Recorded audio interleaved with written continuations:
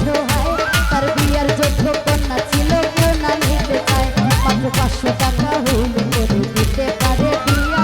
কোথাও পাইল না টাকা কান্দে ঘরে বইয়া 500 টাকা হইলে করে দিতে পারে বিয়া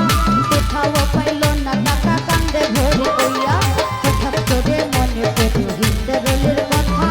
গরিবের নেওয়াজ বুঝবে গরিবেরই কথা হঠাৎ করে মনে পড়ে হিন্দরলির কথা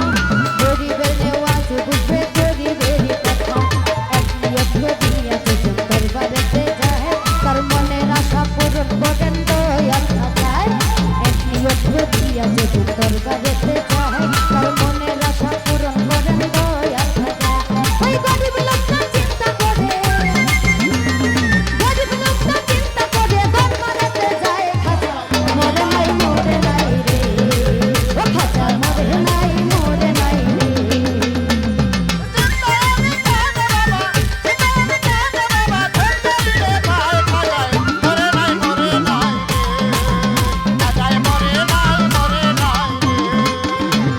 দরবারেতে গিয়া লোকটা উঠায় বটি হাত কান্দে একবার খাজা বাবা করছি মোনাজাত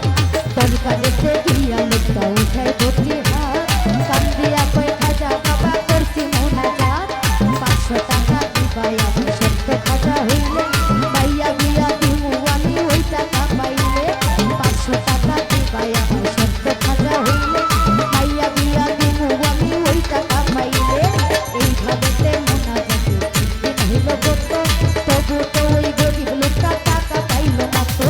এইভাবে মোনাজাত 3 দিন হইল কত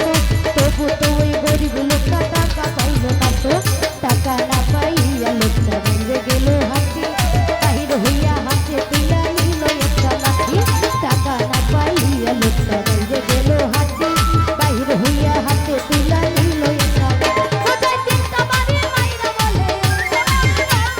তিনটা বাড়ি মাইরা বলে খালি হাতে যাই খাজা মরে নাই রে ও খাজা মরে নাই রে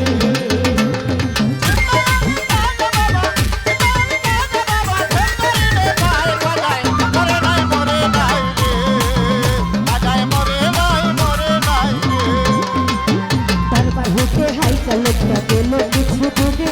পিছন থাইকায় একটি পাগলায় ডাক দিয়া দরবারে দরবার হতে হাইকা লোকটা গেল কিছু দূরে